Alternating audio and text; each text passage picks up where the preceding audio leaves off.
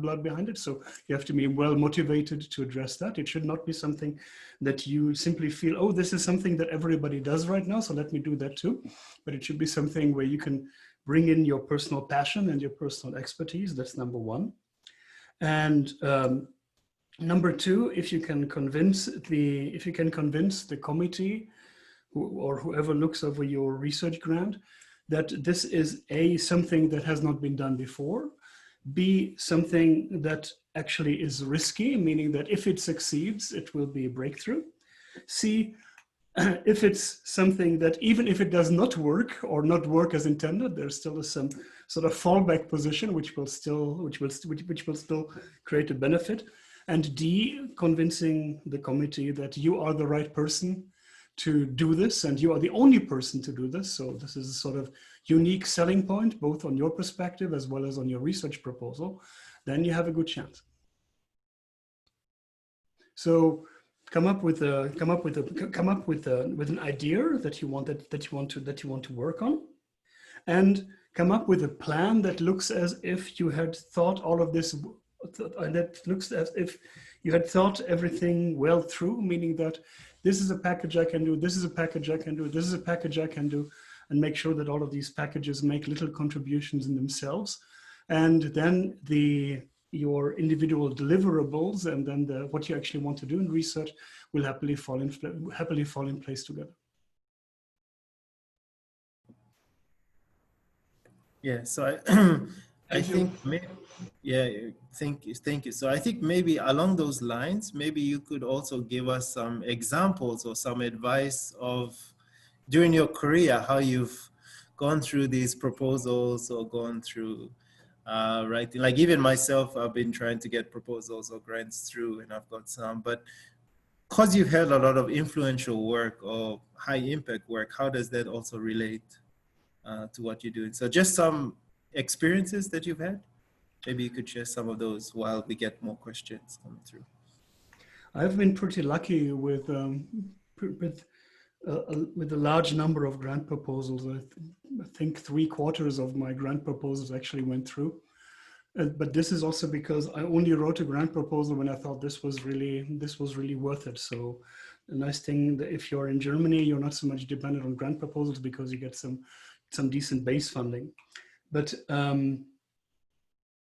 in general, if you can come up with a good idea that is not too incremental, that is radical enough such that people will really see that this is going to change things.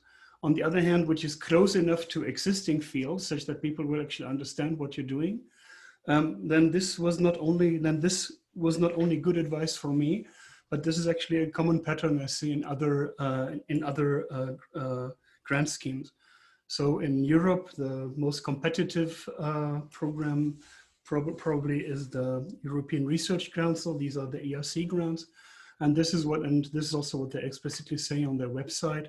They want to have risky things that change the world, but also want to be convinced that you are the person and the only person in the world that can do that. So it's a bit like it's a bit like advertising. You have to come up with unique selling points, both for you and for your proposal. Why is your proposal the only thing that will work, and why are you the only person in the world who can do it? Very interesting, very cool. So we have another question. I'll just go down. It's about what do you think were critical aspects that contributed to that acceptance of your ERC grant? Or is that a repetition of what you just said? Might have been the same things.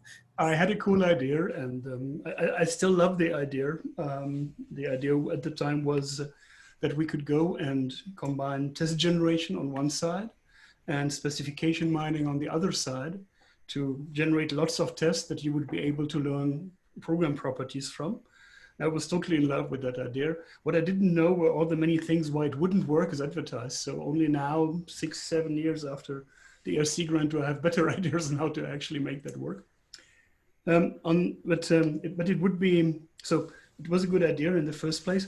But I also have to add that 6 of the 7 reviews I got began with the words, "The applicant is an ACM fellow." So meaning that whatever I do, whatever I write, nothing cares. The guy is an ACM fellow, so he probably means it, and he probably should get it or something, which is of course not the way these things work.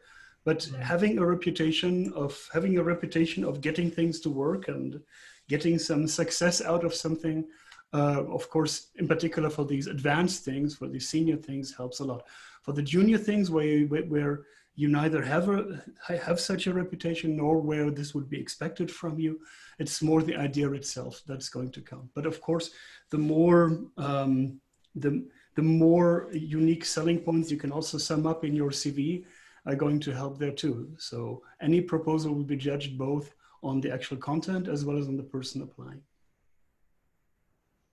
Yes, we also have another question from, sorry, I think you put your name in there, but I don't want to ruin the name. It's Gebre Hewitt. Are you there? Yeah, Yeah, maybe sorry. I can Can you say your name again? It's fairly long. it's difficult. Gebre Hivat. Okay. Yeah, hello. You had a question, so please go ahead and ask. Yeah, just I am a PhD student in Potsdam University. So I want to know, just after you finish your PhD, if you want to apply for research in companies or for postdoc, when should I start and what are the requirements, how to easily find postdoc or research job?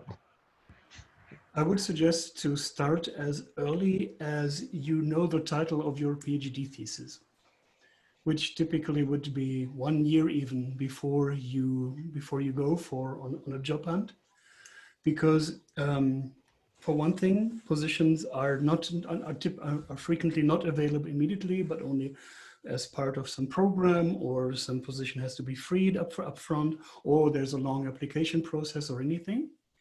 Plus, when you want to apply for any of these positions, it is also helpful to actually have people who will write you recommendation letters, who will be able to tell others how good you are. It's also very helpful to actually attend conferences like these, because you may be able to contact individuals, asking them for work opportunities, or finding out that you work on something together, or that you have joint research interests. So all of this is helpful. So it actually pays off to start very early with the search and building up connections and all. And then already 1 year before the estimated completion of your PhD, you should be able to walk around and interest other people in your work. Okay, thank you. But what requirements do I need to apply? Do I need to have some critical idea or for project, or just to? Typically, as a postdoc, you would be expected to come up with a new topic, in particular topic that would be independent from your PhD advisor. Don't fall into the trap of continuing exactly as it was your original line of work and continuing to work together with your original PhD advisor for a couple of more years. That would be bad advice, because from a postdoc position, very much as with an assistant professor position, people would expect you to come up with your own research agenda in a new environment. So we need to come up with something new. The question is, and that's something for you to very much consider, the question is, what is this? So when somebody pays for a postdoc position, people typically have expectations that come with that. And the expectation that, oh, I'm simply going to hire a great person and let him or her do whatever she likes. Unfortunately, this is rather rare. So people typically expect that you work in a particular project, or that you assist in teaching or like things. So you may wish to check out the institution and your boss / postdoc advisor for the exact working conditions and their philosophy. Maybe check out earlier postdocs of the same institution and ask them for their experience. Okay, thank you. Yeah, I guess carrying on from that same, we have another question that was there is, what would be the advice to the younger researcher when they want to form like a research group or supervise people in the group and make the group as productive as possible? Take your time. That's a very good question. And if I had a perfect answer to that, I'd probably make a career out of simply coming up with motivational talks and everything. So that would be cool. But in general, when you want to form a group, you need great students. You need students who are excellent both in their field, but also students who are to some point able to solve small problems on their own. So you want them to be independent, or more or less independent, okay? So you want people to be able to solve everyday problems. So they should have some universal problem solving capabilities such that they don't run at you and say, oh, I have a semicolon here. My compiler says there's a semicolon in this line. What should I do? Things have happened to me. I've had a brilliant student who was complaining about the printer, complaining about a lack of paper. So what should he do now? Well, it was brilliant actually, but these everyday problems, if you have many of these are going to grind you down. So you need excellent students with great problem solving capabilities, practical problem solving capabilities. And both these are going to help a lot with the PhD. In order to get these excellent students again, you need to teach, and in your teaching, you need to motivate students and find out who the best students are and nurture them and stay in touch with them, invite them for dinner or whatsoever. So just stay in touch with them such that they eventually consider doing a PhD with you. So that's the starting point. The next point is the balance in your group. See, you can have a group of 3, 4 great PhD students, but if they work on totally different topics, you're not going to create any synergies. So they won't be able to help each other out, and this is going to slow them down. If you have 3 to 4 students who all work on the exact same topic, well, they're going to stand on each other's feet and actually compete for attention and eventually compete for authorship and whatnot. And there's going to be trouble there as well. So you need to balance out the group according to such that they all work on independent topics, yet all can help each other out and come up with joint new great ideas. And then it's a question of your personal supervision style. So you can either say, okay, my ideal is to have every PhD student should become a totally independent researcher. So you just let them run and let them come up with great research, and once in a while they drop by your office, and then you tell them why their ideas are not yet great, are not good enough yet. Or the other extreme would be total micromanagement, where you tell them exactly which button to type and which key to press in order to realize your great idea. Obviously, the ideal would be somewhere in between, but there's a wide range of ways that you as a supervisor can interact with them. There are students who wish to be more independent. There's other students who may actually need much more advice and much more guidance from your part.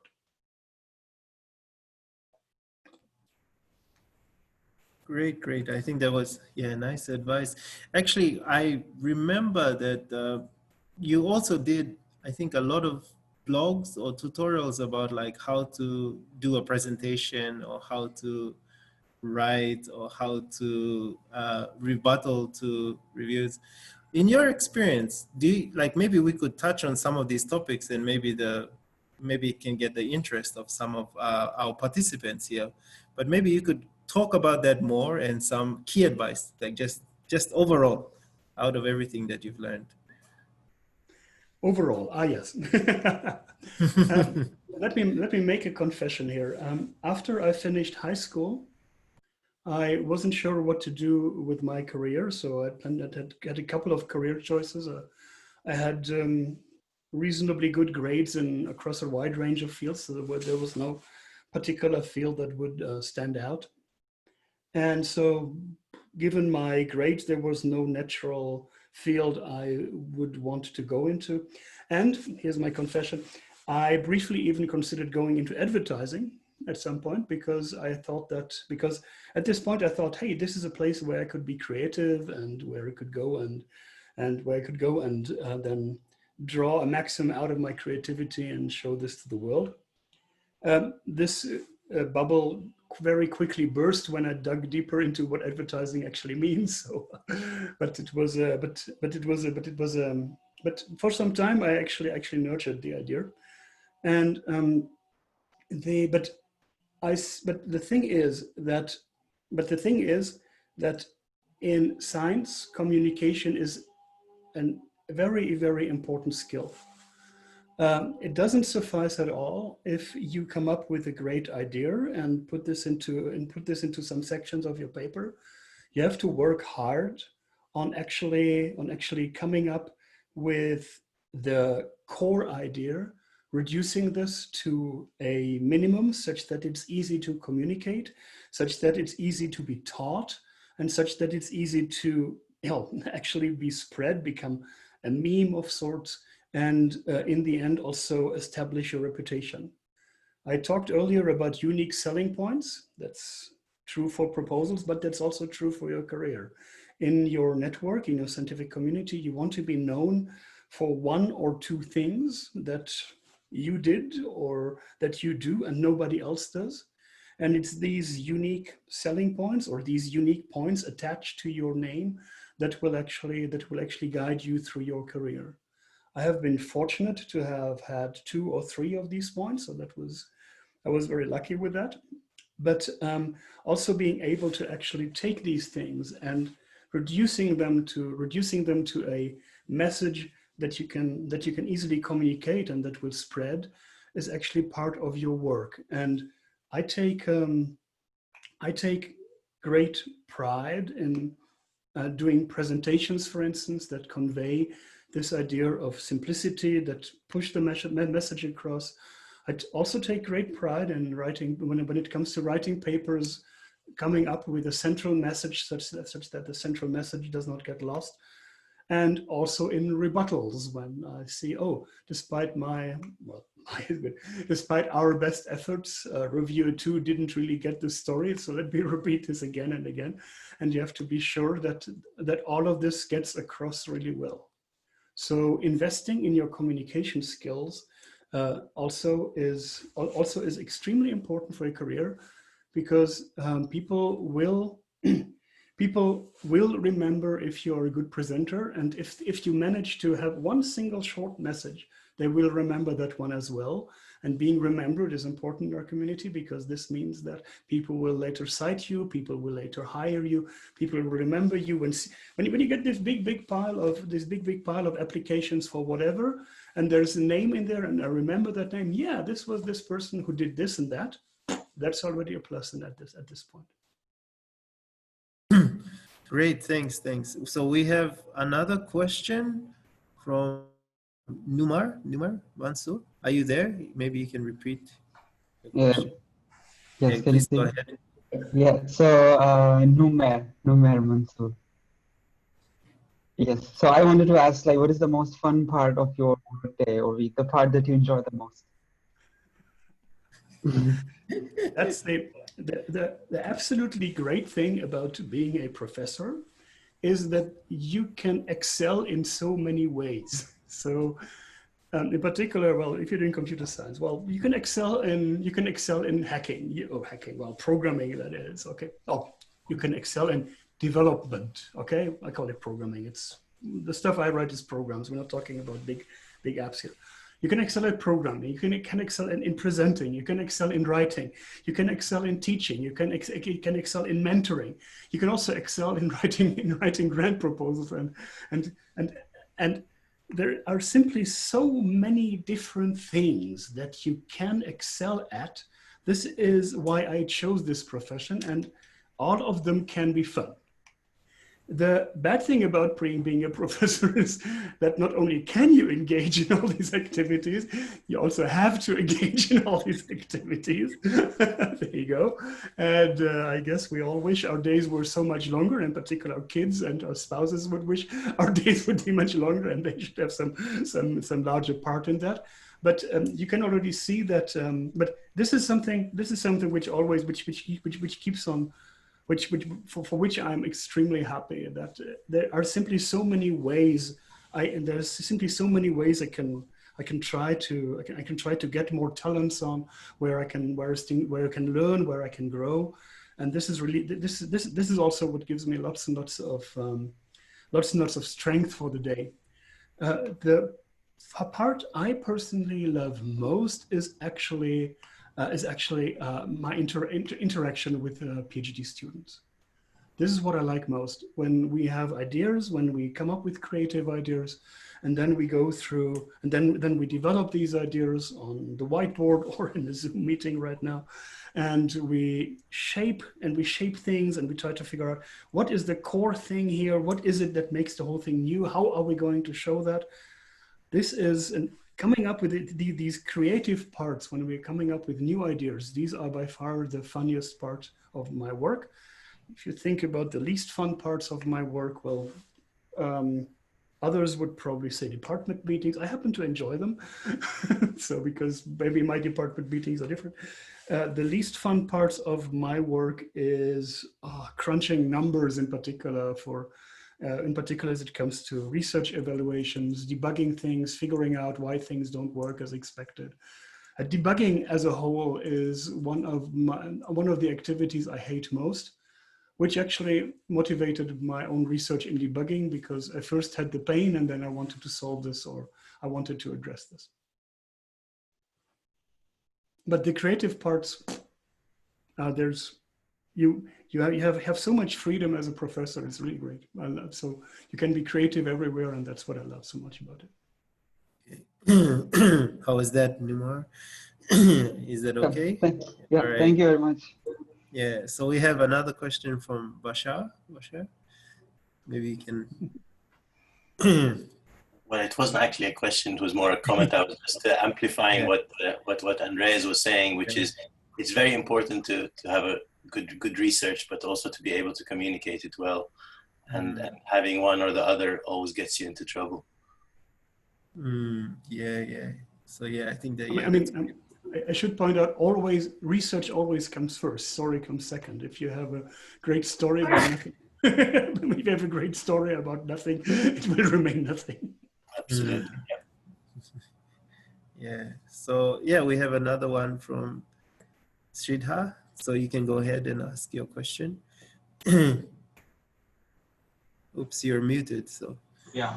So basically, like, I was wondering, like, what is the time it takes to write a research paper for ICSI or TSC? I know that it varies, but you would have written so many. Like, what is a time frame that one could estimate? Actually, I haven't written many papers. Only the writing part, not the work. Yeah, sure. Let's assume that if I assume that the work is already done. I'll get to that. Actually, if you look at my, I think if you crunch the numbers of my publication record, you will find that I haven't written that many papers. So actually, when I applied at my position, which was a tenured position, by the way, actually I think I was the applicant with the lowest number of papers published, and they hired me. I'm very happy about that, because they actually looked at the papers and they liked they liked a small number of papers with more content, more than lots of papers. So, but I'm not a frequent paper writer. I'm actually always happy when I can, well, not exactly happy, but when somebody comes along, when one of my students comes along and says, yeah, we have these results and these results are so and so, what should we do? Then I'm always happy not to have to write a paper about so and so results, because I'd rather spend more work on coming up with a paper on good results. But the typical time this takes, so the pure writing part for me, and say it's one PhD student, that's about 1 week. And I actually have overheard people in trains, in a train between Kaiserslautern and Saarbrücken recently. They noted, oh, did you notice there's this conference ICSI coming up and the deadline is in 1 week. Oh, that's cool. We could still research and write something. Yeah, do that. Go ahead and see where this gets you. Well, if you look at this from the reviewing side, I mean, the papers you see are the papers that get published, but there's also papers which very obviously are very quickly put together, which is, well, sometimes they make it too, it's fun. However, recently, or say in the past years, we have actually started writing the paper actually at the beginning of a research project, meaning that we start writing a paper or we sketch a paper months before the actual deadline. That is when most of the evaluation work, in particular debugging work, still has to be done. Because if you know that, say, we want to have something ready in 3 months from now, okay, and this is a typical time frame. Right now we're working hard on our ICSI submissions, which are due in 7 weeks from now. And so if you start a couple of months ahead and think about what could be the title of this work, what could be the abstract of this work, what could be the claims of this work, and how then are we going to substantiate these claims? What does the evaluation have to look like?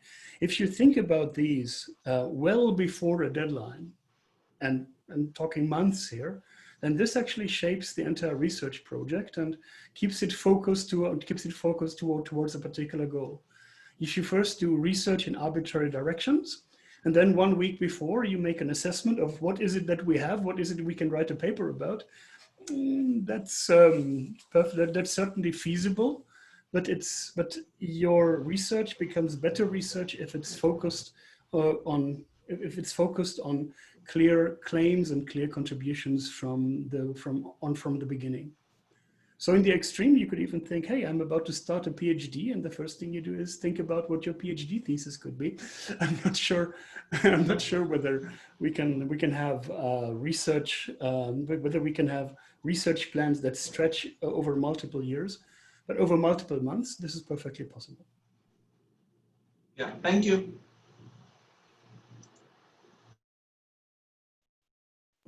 We have another message, another question in the chat. Judith, if you can go ahead and unmute and ask maybe the question yourself. Thank you. I can also unmute you. Are you able to be unmuted? Looks like she's unable to be oh, there she goes. Hi, Andreas. Hello, Judith. Nice to see you. Nice to see you. So I have a different question away from how to do research, but more the kind of research. So what I wanted to find out was, how has the trend towards including AI in everything one does affected your research? When I say AI, I mean deep learning. There were many sessions on this yesterday, also machine learning, and so on. Well, I was one of the pioneers applying, applying machine learning techniques, or say data mining techniques, in software repositories. Tom Zimmerman, who's well known in the field, was my master's student, and I actually gave him the topic: why don't you dig through these version repositories to find out whether there's something we can learn from these? And I still have a line of research where we are still digging through large amounts of data. So we're digging through apps, and we're digging through reviews, through APKs, whatsoever. And yes, in order to learn something, in order to learn trends from these, we also use machine learning techniques, and there's always something to be done in that. But I also think that, and this is something that Gail Murphy already said in a meeting, I think 10 years ago at this point, that we as a research community, well, we have understood what it means to dig through large portions of data and then apply some machine learning technique on it. And then, oh yes, we can now automatically classify bug reports into more useful or yes, less useful, or we can predict how many stars a review is going to get based on the words in the review and whatnot. And there's from a machine learning standpoint, these applications are rather trivial because, well, it's yet another application of machine learning, and we don't learn much about machine learning, and we also don't necessarily learn much that would be helpful for our domain. So I think that the using machine learning for software engineering tasks, combining this with empirical software engineering, this has become a tool. It's become a very effective tool. I am not always so sure on how the findings contribute to research in our field, unless it's actually a new empirical finding, which is in contrast to what we have in our textbooks. Having said that, the actual systems that we do have, so the new deep learning system, classification system, AI systems, these at some point, of course, need to be subject to the same software engineering standards as any software. So they need to be tested, they need to be checked, they need to be reviewed. And the processes for these would be different from systems that are built the traditional way, unit by unit. And this also means that we have to come up with new techniques for doing so. However, I think it is a risk not to involve domain experts here from the beginning. So as it comes to applying software engineering techniques for AI systems and so on, I would very much recommend to actually include AI researchers in your team, or at least talk to them beforehand, because they are going to tell you a lot about the problems that they actually have. And then you can orient your software engineering research towards the problems that people in AI and ML actually have. And you can also find out whether the techniques that you had in mind would actually help them. Something like systematic testing of a classifier, for instance. Well, the problem is you don't have a specification in the first place, because if you had a specification, you wouldn't build an AI-based classifier, you'd build it the hard way, building on the specification. But who can tell you, but if you don't even know from the beginning on what the distinguishing features are, how are you going to do that? But on the other hand, I think there's a big opportunity for us to bring in our techniques into other fields. AI would be one of them. Security certainly is one of them. In security, people keep on reinventing the wheels that we as a software engineering community have already developed, or sometimes even given up decades ago. And there are plenty of opportunities for us to interact with other fields and come up with great synergies. Cool, thanks. Great, great. So we have another question. So is Mary there? Are you able to ask your question yourself? Please go ahead.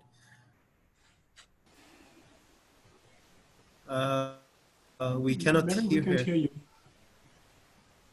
Maybe now? You can hear me now? Yes. Okay, it's the problem. Okay, hi everyone. I'm very curious about how to overcome the pain of the rejection. You write a lot of papers. In your profile, I see more than 300, only on your profile, without taking in account the proposals, job positions, and other things. I asked it because I'm relatively new in the file, and it's very hard to deal with that. Please let me know, how do you approach that? Repeated rejection helps. What I go through when I get a rejection, I go through the so-called 5 stages of grief, which is an established psychological concept by, I think it's Elisabeth Kübler-Ross who came up with this thing. This is how we cope with loss, in particular with loss of dear ones. You first go, or it's essentially sad news. Suppose you learn that you have cancer, and then you go through these 5 stages of grief, which is actually, this is denial. So first you say, this cannot be true. Then there's anger, which is why is it me? This is unjust. Then you go through depression. I am not worth of anything. Then you start bargaining, and eventually this ends up with acceptance, meaning that you accept your fate. Doesn't necessarily mean that the paper gets accepted though. And when I was a PhD student, it took me 2 weeks or so to go through these 5 stages of grief. And obviously having a paper rejected is not as bad as getting sad news about someone in your friend and family, or some other sad news. So 2 weeks is okay. But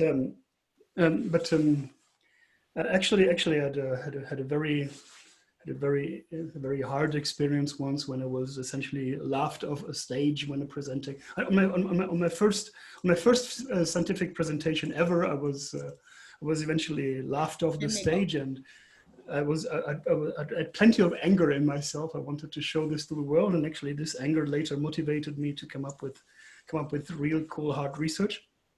But these 5 stages of grief, over time, I have found out that I go through them faster and faster. And today, when I have a paper rejected, I go through these 5 stages of grief, maybe in half an hour or so. And after half an hour, I'm already able to tell my other PhD students who are still in the denial phase, I'm already in the acceptance phase at this point. So I already have dealt with it.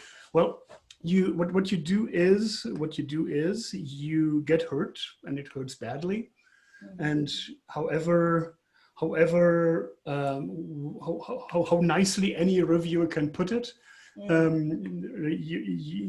your work may not be ready yet, and reviewers may be incompetent. Reviewers may not even have taken the time to actually look through that, and reviewers are stupid. But in the end, it's always something that you will have to fix.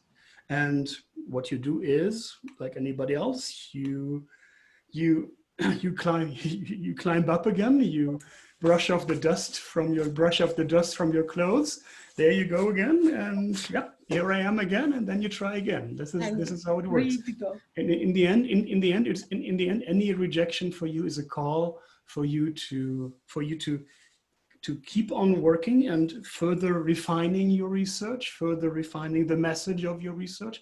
If reviewers were stupid to understand how great your research is, then you will have to explain it even more clearly. If reviewers find flaws in your evaluation, then you will have to fix those flaws. If these flaws actually are not flaws, you always have to understand what is it that the reviewer actually thought of my paper. And if you find that the reviewer obviously only spent 5 minutes on your paper, then again, it's up to you to make it more appealing to the poor reviewer.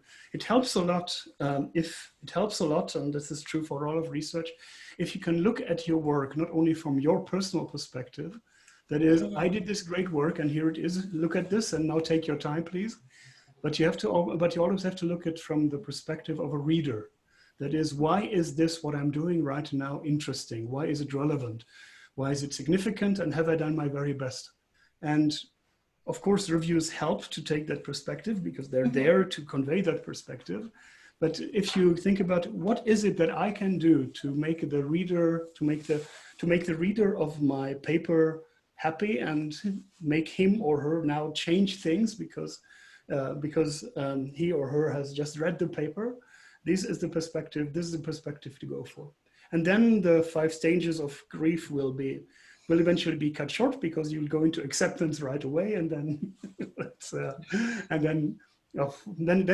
then you will be happy. My PhD students are happy for 2 weeks. I'm happy for half an hour, but this also comes with age. Mm-hmm.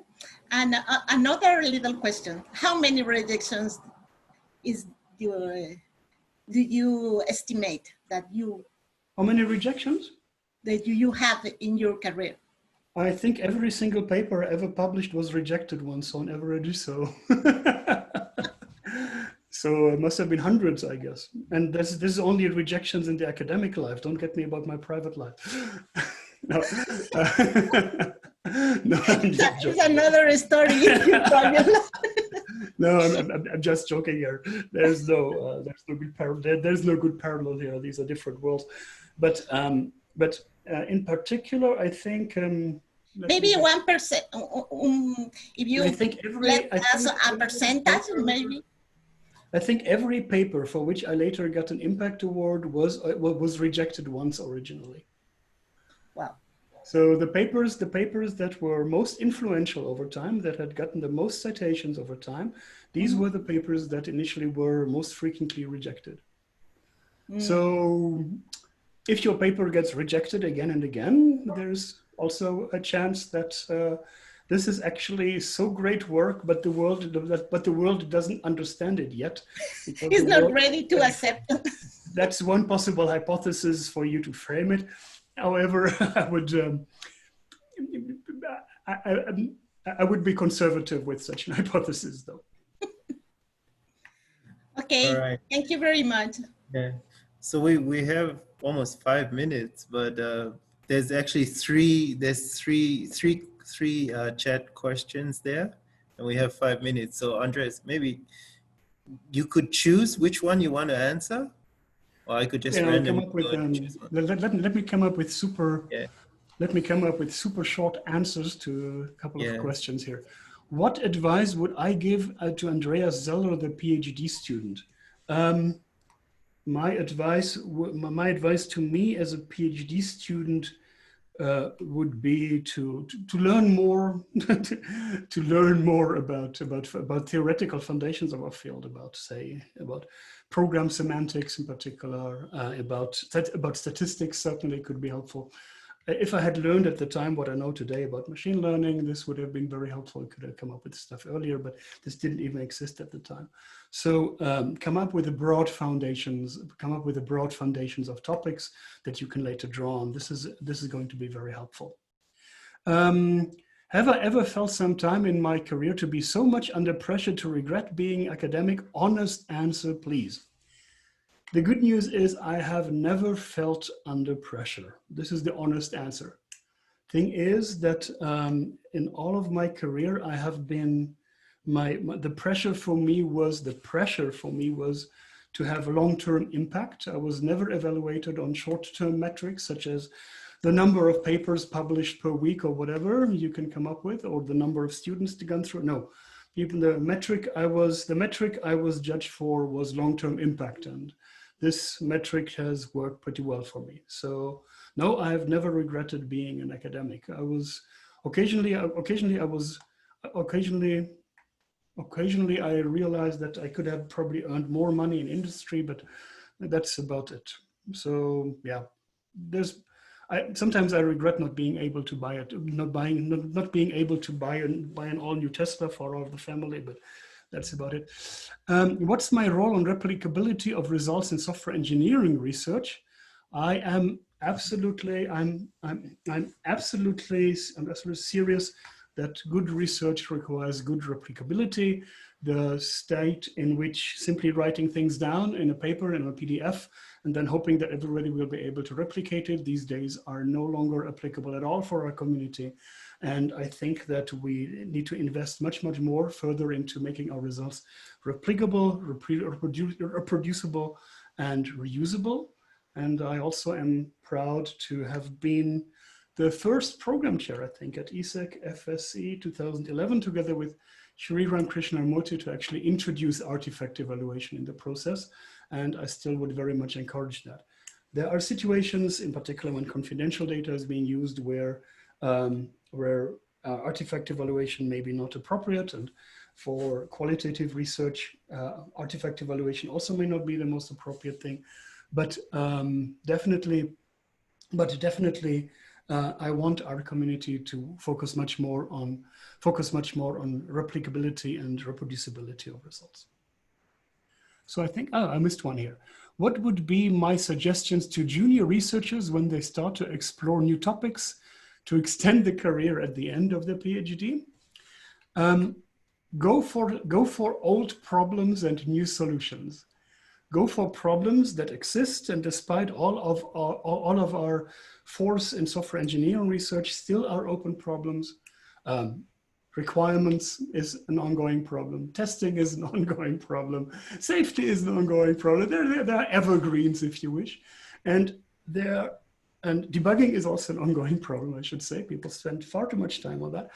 And pick any of these problems and try to come up with something that nobody has thought of, and where you possibly can combine and bring in a couple of new techniques and new perspectives and try to address these fields. People will be far happier if you address a particular problem, say in requirements engineering, because everybody knows this is a big bag of problems, rather than if you can come up with a novel method to do whatever syntax highlighting in your IDE. This is, well, it is a problem, but it's a very tiny problem, and the fact that you can address it is fine, but work on the big problem, work on the grand challenges, and try to make your way through these.